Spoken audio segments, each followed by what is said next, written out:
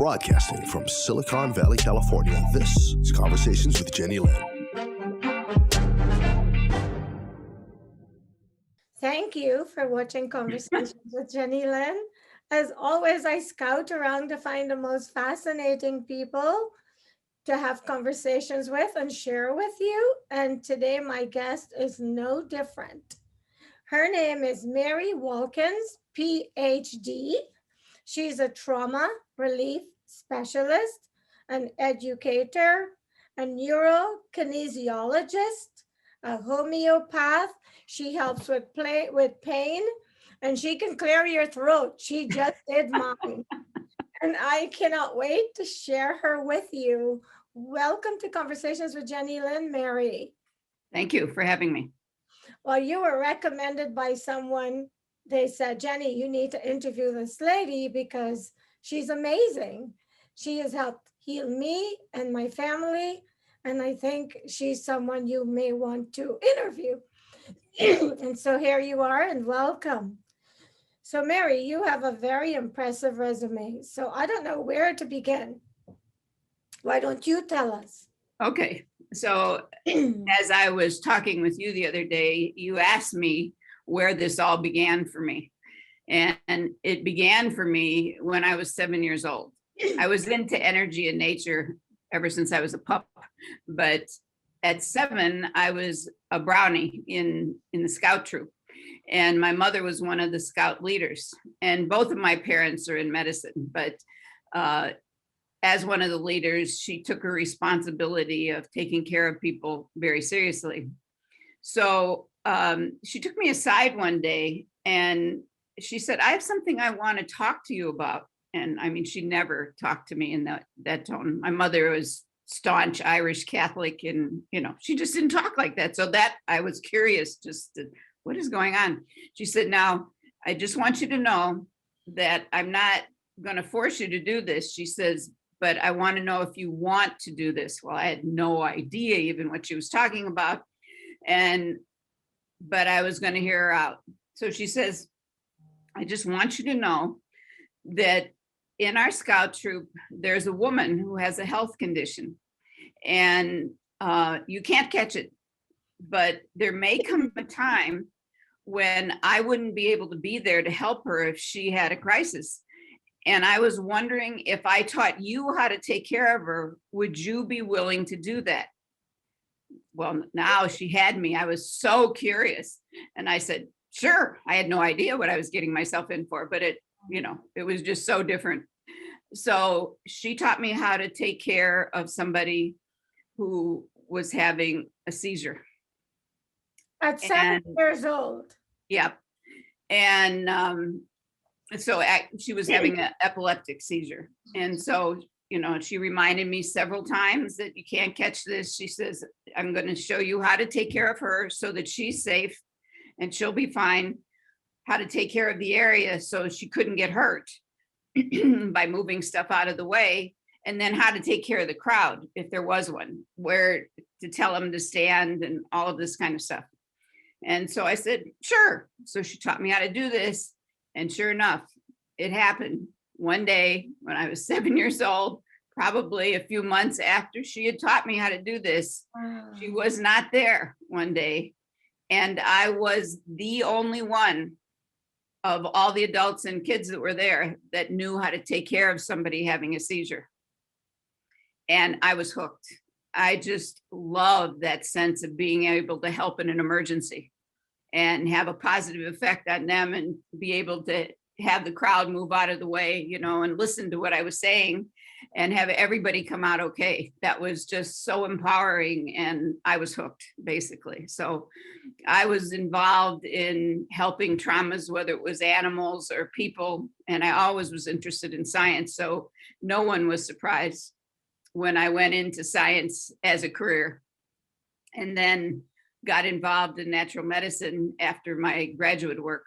And that was a very interesting adventure as well, because I was raised in traditional medicine. Mm-hmm. My mom worked in a hospital, and my dad was a drug salesman for the largest drug company in the world.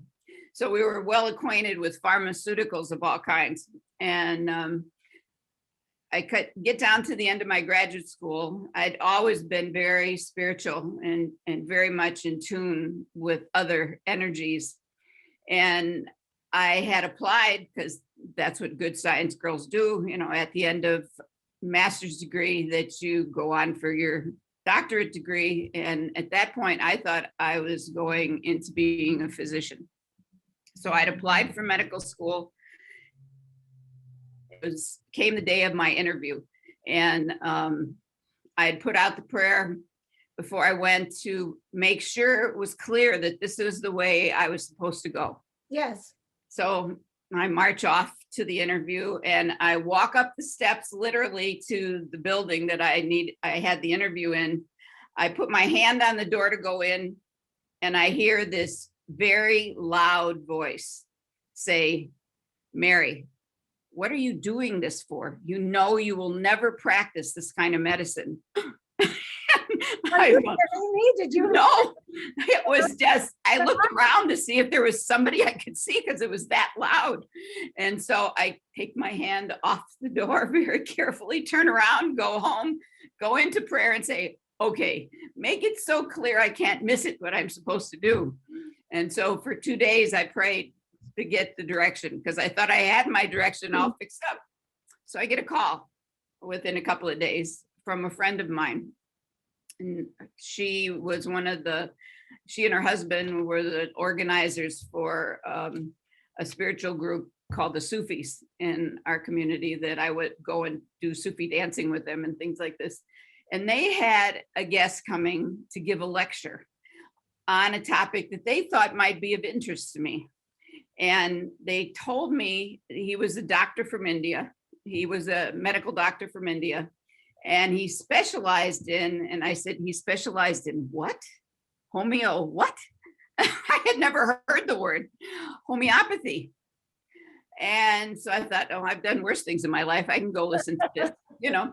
So I went, and I was just captivated, because as he described how people who did homeopathic interviews for clients, how they listened to people, that was right up my alley, because you had to learn to listen on all levels to people. You had to hear what they couldn't say and then prescribe based on all of that, not just on a few signs and symptoms that you got. Mm-hmm. And so that's exactly what I wanted to do.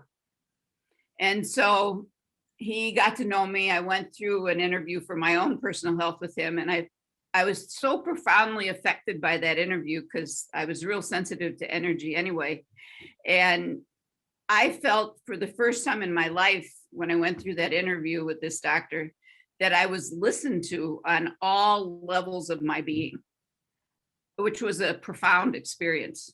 Because, and I know, and everybody else knows, that when they go to traditional MDs these days, it's crank them in, crank them out. We got 15 minutes, tell me whatever, this was not the case. It was just 100% involved at all kinds of levels, and the things worked. And so he was in town for a couple of weeks, I guess. And we'd been at dinners together, and we talked about this thing. And I had told him that I was interested definitely in learning more. And he kind of tuned in on where I was coming from. And he said, Mary, he said, as I see it, you have only one path in this lifetime. I said, what? He says, you can go to India and study homeopathy. You can go to the school that I work at and study there for free. I will make sure that happens. Or you can go to Mexico, to the center in Mexico City, or you can stay here and take classes and, go some of the naturopathic and all of that route here. But that's your only choice. Which one did you choose? Stay in the States. At that point, I had a very young son and decided that this was the place to be. When was that? What year was that? I became a homeopath in 1979. So it was a couple years before that. So they had programs in the United States back then for They homeopathy? had lots of, well, we were involved in a center here that brought speakers in, and we did a lot of training there and online, this kind of stuff. So that was my first serious introduction into energy medicines here. And to be a good homeopath, you need to be extremely good at intuitive end of things, because I mean, that's how they're trained, basically, so that you can sense and feel all kinds of different levels, because the remedies are not just something that treats symptoms. So that was 1979 when I officially started practicing homeopathy. And then about 18 years ago, I was introduced to kinesiology, neurokinesiology.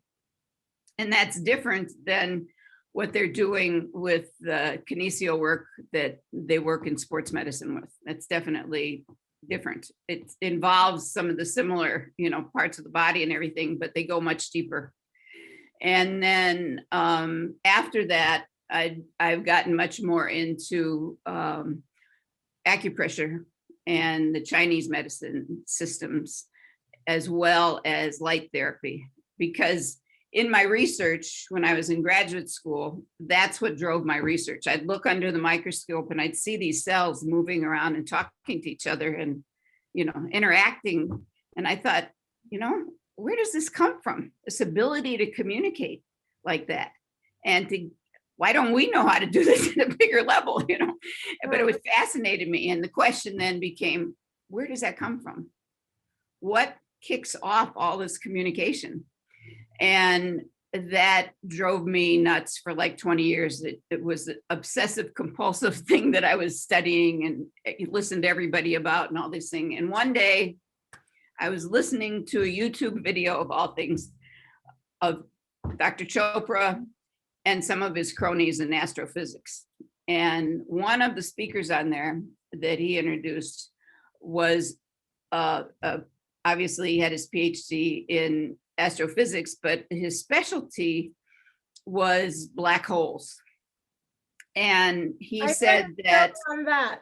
Yeah. And so he said, well, they had their first pictures that they'd taken within the last 2 years of this stuff. Now, this is now about 4 or 5 years ago. And that he was going to show us this image, because they felt like this now was where all energy came from. I thought, whoa, you got my attention now. And so he held up one picture in one hand and another picture in the other hand. And the one in the right hand was a picture of neurons firing in the brain. You know how that looks like, kind of sparkly? Okay. Yeah. And then he held up the one from the center of the black hole, and they were identical. Amazing. And so very quickly it was like, oh, okay. So then my head started spinning, and what came out of it was, okay, then also the Bibles of the world, it wasn't a metaphor that was put down in the Bible, all the Bibles of the world, it said, and then there was light.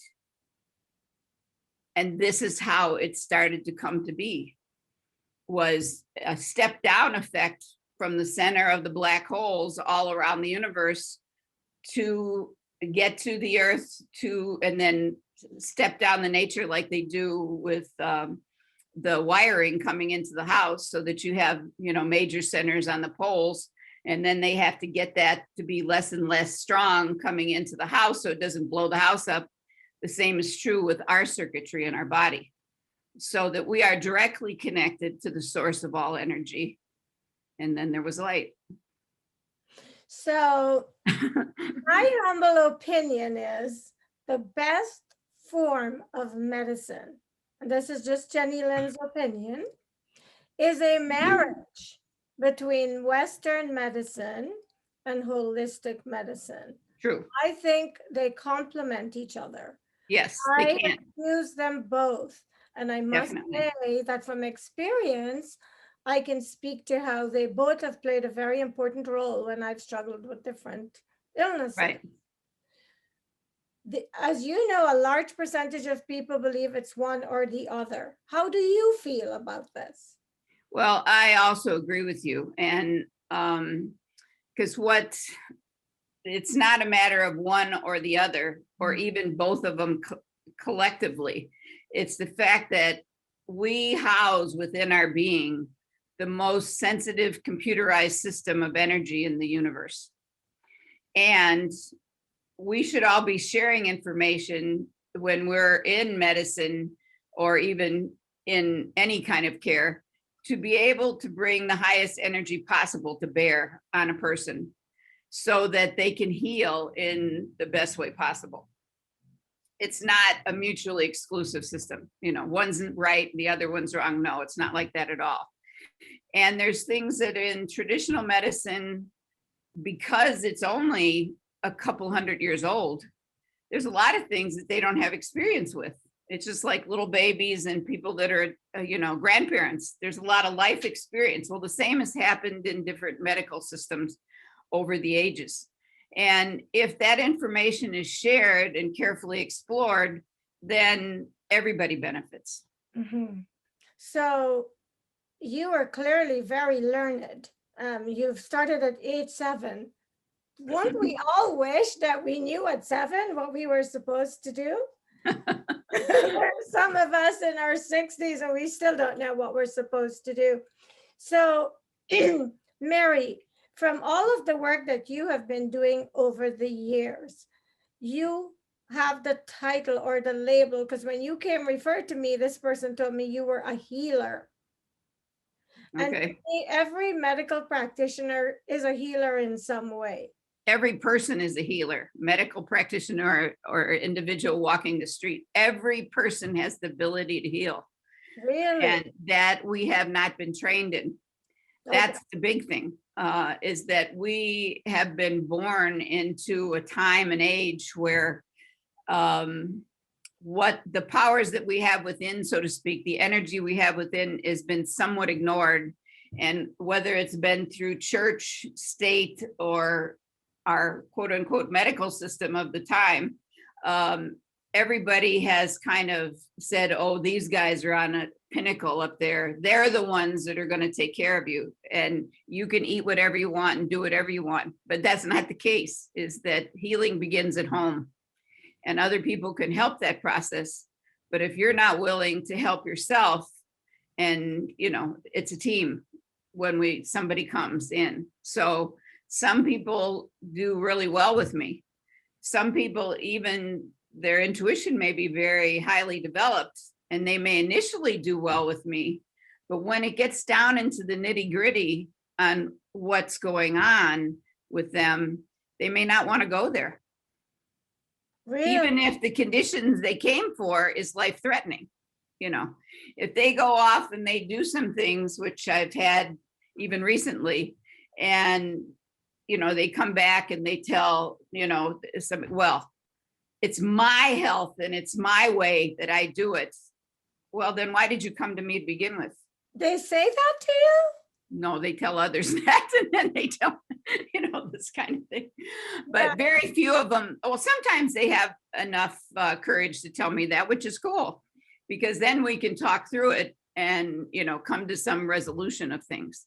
But most people are more than willing to take a pill. That's how so-called modern medicine has gotten so popular, because you're abdicating your responsibility. I'm not saying not to take pills, but definitely if you want to take pills and you still want to continue drinking and you still want to keep eating garbage, then somebody's going to pay the price, and it's not going to be the pill. Well, I worked as a nurse in my younger life in British Guyana. I was trained there, and I saw that placebo effect firsthand, because I noticed a lot of our patients believed that unless you were giving them an injection or a pill, you weren't helping them.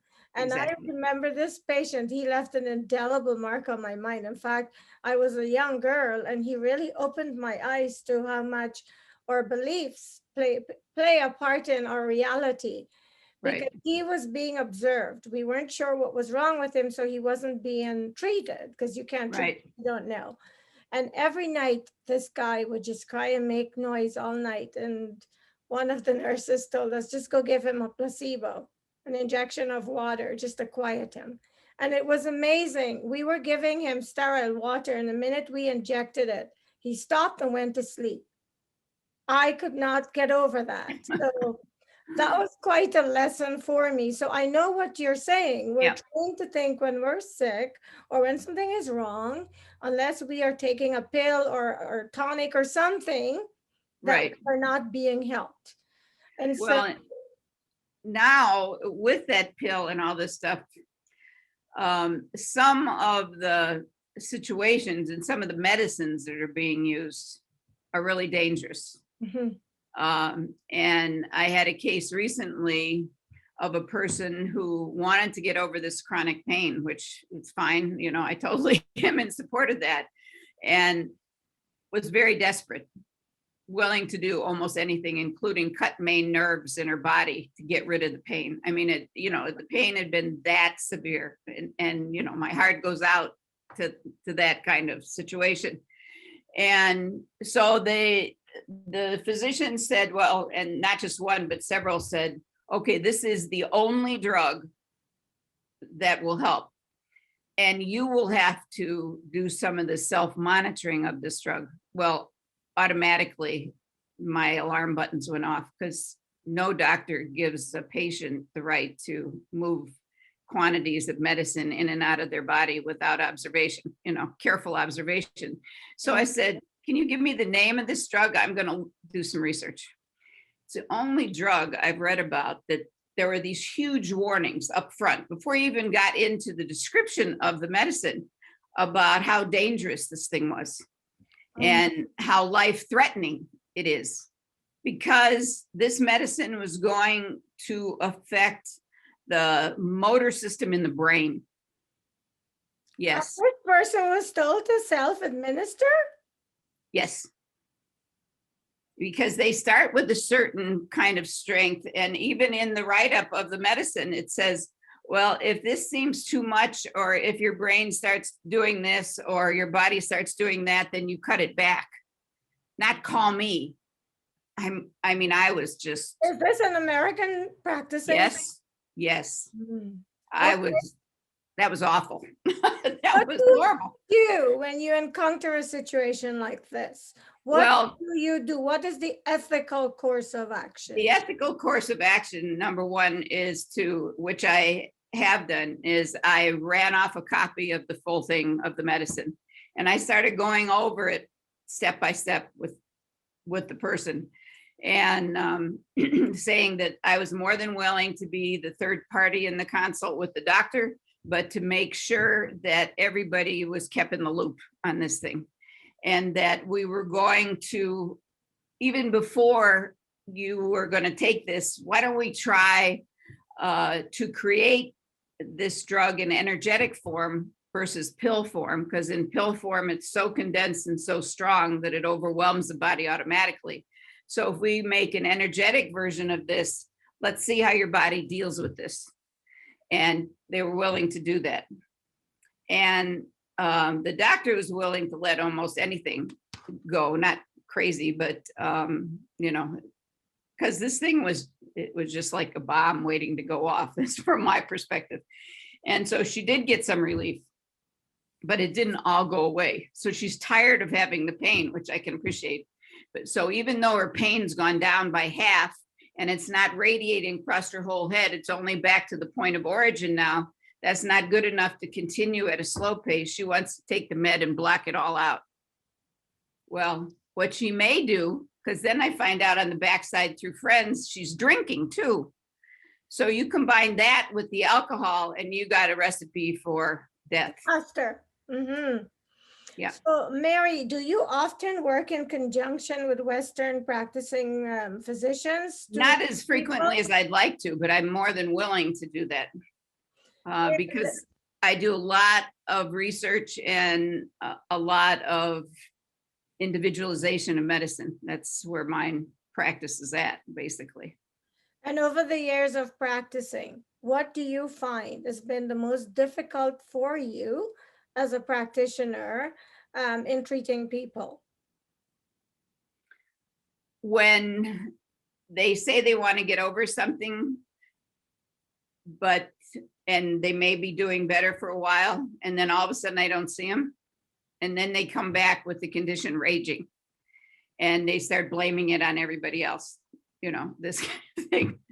That's really difficult, because if you can't take personal responsibility for yourself and what is going on, then you probably won't be back to see me very frequently, number one. But, I had a nurse that I'd known for years and years. Our families were together. We were very close. She'd come in for a while for treatment for some pain, and it was doing better. And then I didn't see her for a few months. And then she came in and she was just raging when she walked through the door. She was so angry. And I'm going, okay, let's not talk in generalities, get on the table. Let's find out what's going on here.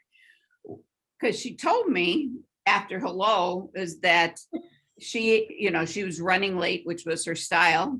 And that is one thing in healing that I've learned over the years, is that if people come early or on time, they're ready for action to work on their stuff. If they show up late, they're playing games.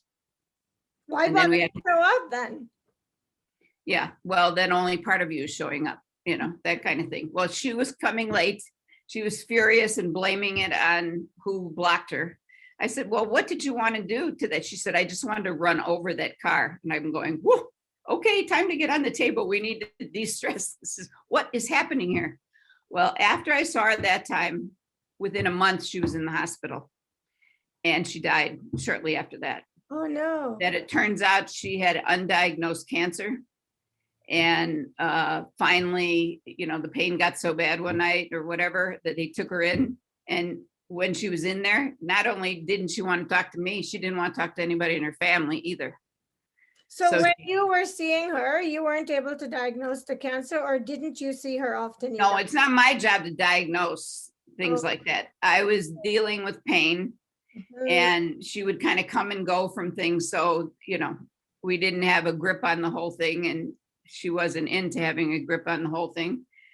And then when, I wanted her to do specific things, then all of a sudden she disappears again. And I find out that she is now dead. That was a shock. When we look back at our ancestors, and when we go way back into the medicine of the past, historically, what we've discovered is they survived on the herbs and natural ways of treating the bodies and themselves. And some will argue, well, people died really young then, because the advanced Western form of medicine was not available then. Why do you think people are so afraid? I can't speak for everyone, but I know a lot of people who frown upon holistic medicine, and they don't believe it has any value. I am someone who doesn't knock something unless I research it. I learned the hard way that just because something isn't making sense to me doesn't mean it doesn't exist. If someone is arguing vehemently about this point, there has to be some authenticity involved. Otherwise, people don't argue for something like that. So now I've learned to research things that I believe. Why do you think that some people oppose this form of medicine so strongly? Because a large percentage of people do. Well, a lot of it has to do with how we were raised.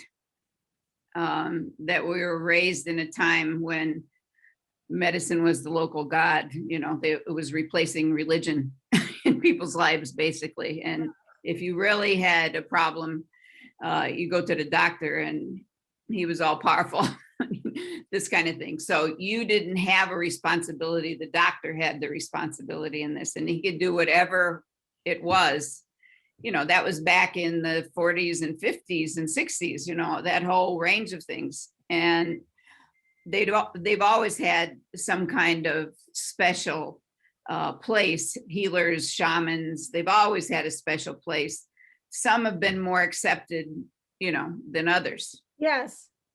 but Marty, we're going. we've run out of time, but we still have so much to talk about. So let's keep going. Sorry about that. Okay. Or we can come back another time if you want. Yeah, we can do that too. But before I wrap up today's session, one of the things I really want to ask you is, can you explain, like this morning when I first came on, for some reason, my throat couldn't be cleared. And you had me hold 3 fingers together. You said, I'll clear you. And we did this interview with no more disturbances. Is it possible to explain how that works? Yes, it's very easy to explain, actually. That this comes from the Chinese medicine system. So it's part of medicine that's been many millennial in making.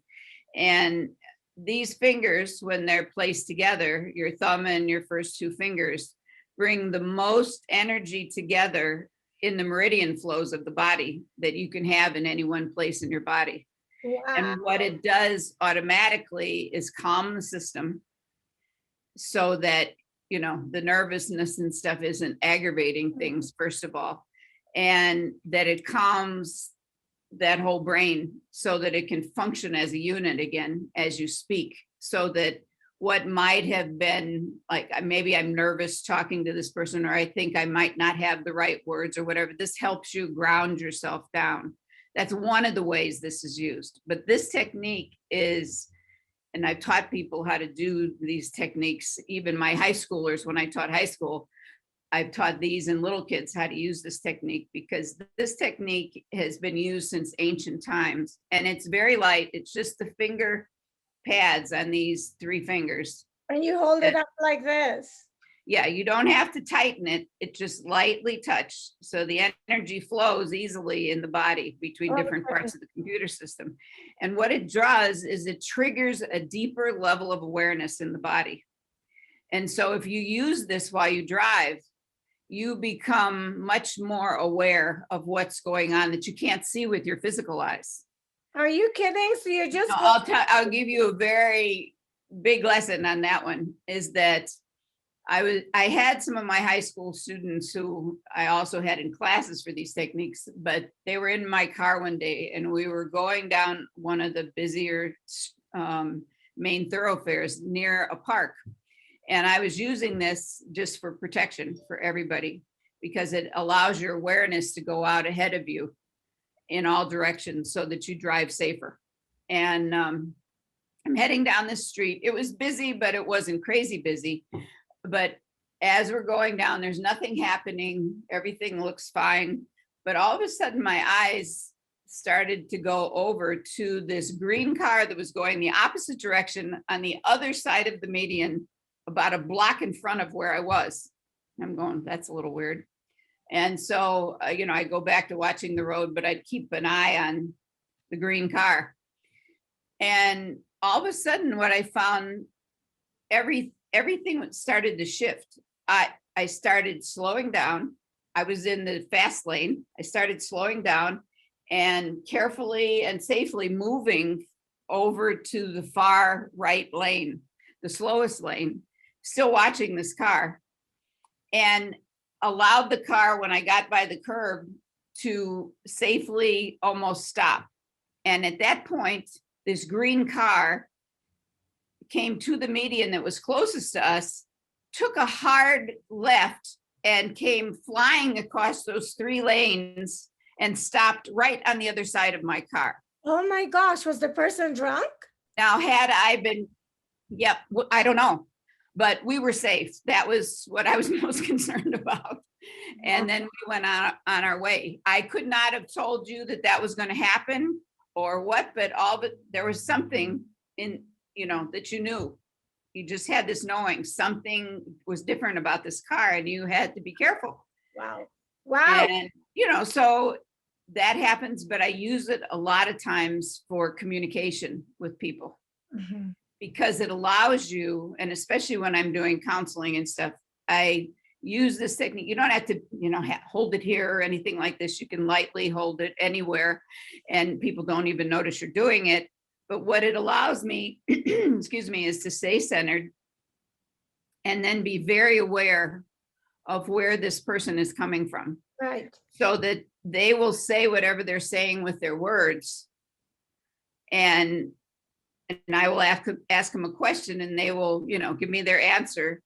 But then this will allow me to hear what they couldn't say with their words.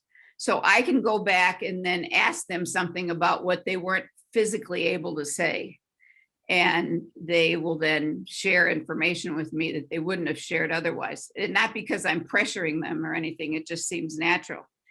When I was teaching high school, I was teaching in this alternative school, and I taught a whole group of my homeroom kids this technique. And so at the beginning of the year, they would bring other people in to meet us that were going to be students in our department. So this one young man, he said, oh, I want you, this was Mark, I want you to meet Steve. He's my younger brother. Steve, meet Mary, because they call us by our first name. I want you to meet her. He's coming in here, but I want you to know that Mary can read your mind. At first, you'll find it very unnerving, but when you get used to it, you'll find it very comforting. And I said, wait a minute. I just want you to, thank you for the compliment, but I just want you to know I don't waste time reading minds, because that's full of garbage and fears and all this. I read your energy, which is true to where you're coming from. And then the older boy added, he wants you to know that what she teaches you in these things, those techniques saved my life. I was in the war zone and it saved my life. Wow. So if a person, does it matter which hand you'd use? No. So if you just hold these 3 fingers together lightly, it keeps your energy flowing. Yeah, and just keep your breathing going, whether you're driving or talking to people or whatever. And you can take it even another step further, because once you've learned how to so-called control energy at this level so that you're in tune with our basic skills. Yes. Then you can start learning to use it to stop bleeding and speed up healing. And that brings us back to your original point on light, because that's what you're moving, is the light. When you can do that, then you can heal. You can watch yourself heal. We have to do another segment because we are so out of time, and this is not something that people can learn in one single 30 minutes, because clearly you've done years and years and years of research and work. And I'd like to do another segment where you can teach me and my viewers how we can heal ourselves, from situations. But before I wrap it up completely, what do you want to leave with the viewers? I always give my guests a chance to answer this question. Well, that I'm available if they would like, to either email me through what you put out for people, or they want to call me directly, they can. Leave your phone number. The phone number is 520-323-6291. And, we work on packages and things for people to make it more effective for costs for people. And the basic thing is, if you want to get well, you're not in this alone. You need to work on your energy to make it stronger, to make it happen. And I'd like to just leave you with one story about that.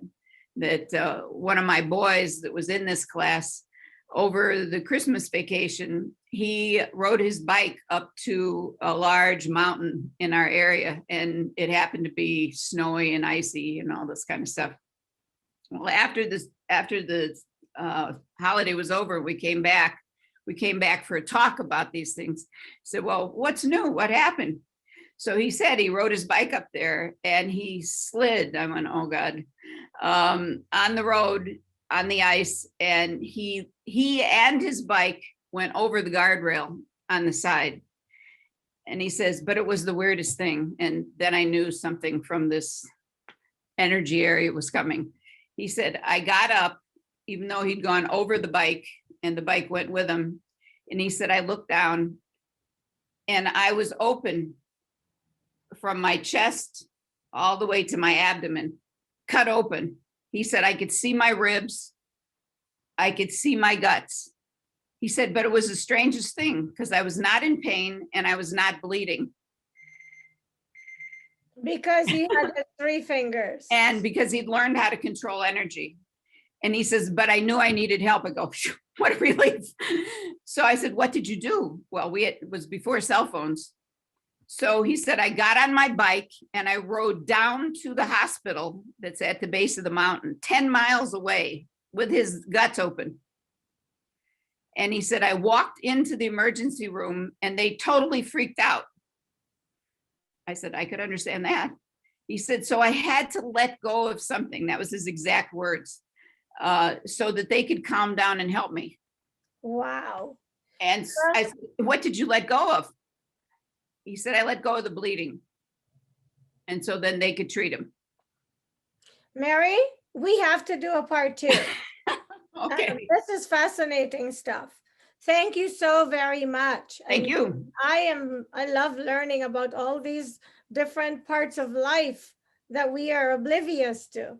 I think of all the Use people this who are day and night for you. Yes. just to use the 3 fingers. I'll go Yeah. to sleep like this at night. Okay. And as much as I can during the day consciously, I will try to do that. I'll Okay. train myself.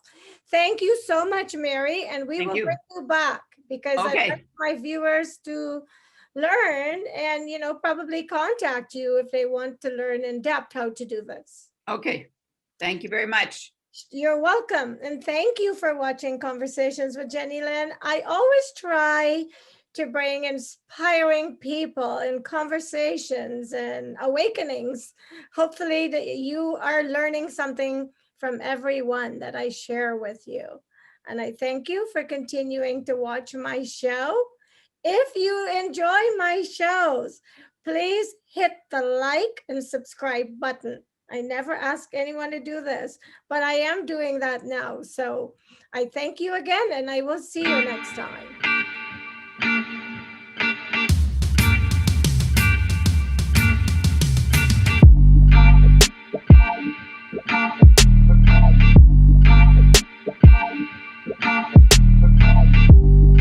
Broadcasting from Silicon Valley, California, this is Conversations with Jennylyn.